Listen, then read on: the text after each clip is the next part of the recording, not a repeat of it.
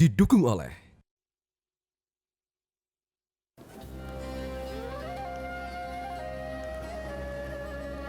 Bismillahirrahmanirrahim.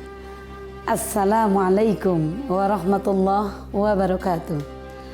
Alhamdulillahirabbil alamin.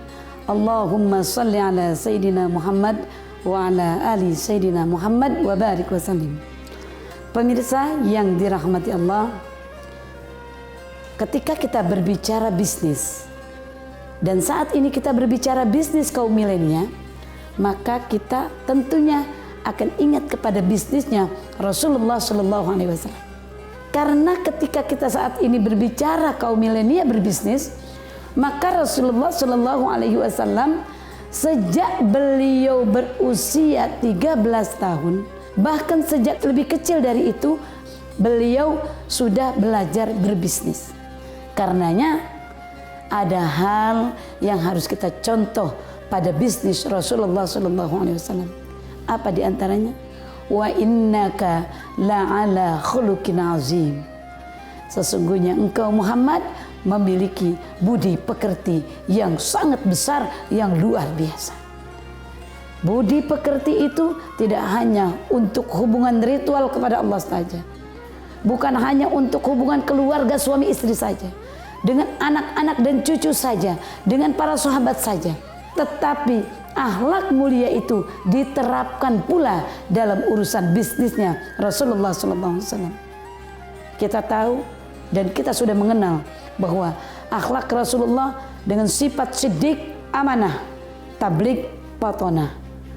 4 pokok sifat ini sebagai sifat dasar Rasulullah SAW. Selalu jujur dalam berbisnis.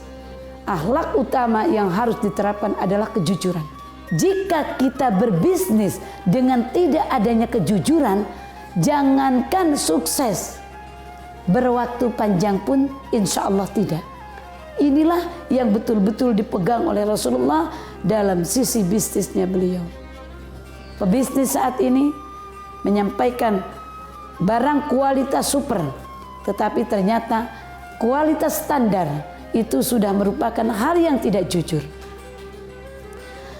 Beliau juga amanah.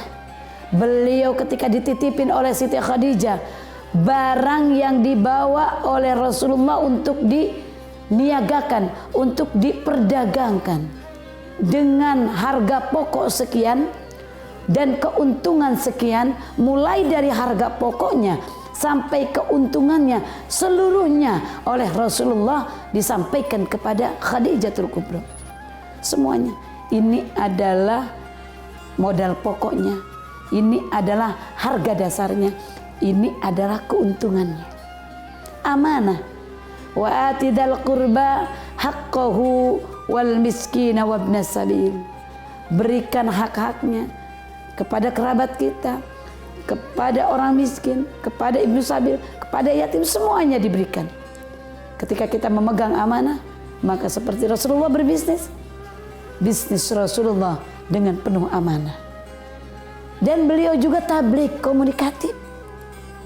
Jika kita berbisnis tidak memiliki manajemen bisnis, tidak memiliki ilmu marketing, tidak memiliki ilmu komunikasi, sulit kita untuk mencapai kesuksesan dalam berbisnis. Rasulullah berbisnis dengan para sahabat.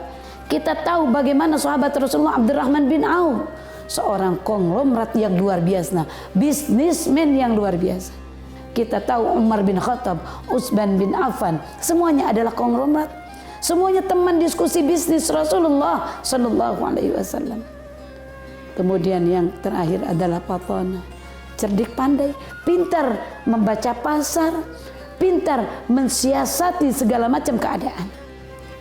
Satu waktu Rasulullah berbisnis, di sekelilingnya orang-orang Yahudi sama berbisnis, berdagang juga. Karena tidak suka melihat Rasulullah berdagang, membawa dagangan Khadijah dengan kualitas yang bagus, maka orang-orang Yahudi yang ada di samping dagangannya Rasulullah, mereka berjajar di samping Rasulullah, dijual-jual dagangan mereka dengan pola diobral. Sehingga dengan dagangan diobral yang seharusnya belum diobral, maka cepat habis. cepat laku dagangan orang-orang Yahudi itu? Tentunya dengan tidak membawa untung. Karena apa?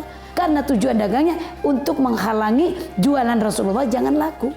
Ketika mereka berjualan dengan pola sedemikian rupa, Rasul berdiam, tidak menjajakan dagangannya, dibiarkan saja mereka sampai habis dagangan tersebut. Tokonya Rasul, jualannya Rasul ditutup. Karena apa? Melihat mereka mengobralkan dagangannya. Inilah sifat patona.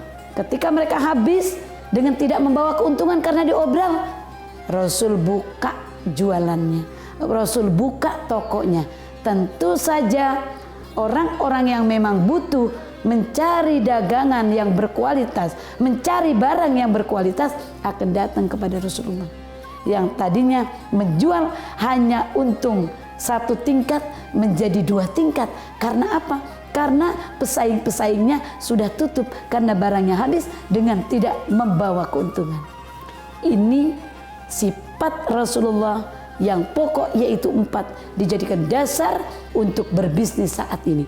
Baik milenial maupun memang sudah mereka yang berpengalaman dalam dunia bisnis. Mudah-mudahan kita termasuk hamba-hamba Allah yang selalu mendapatkan kesuksesan dan keberuntungan dalam berbisnis kita. Wallahu a'lam bishawab. Assalamualaikum warahmatullahi wabarakatuh.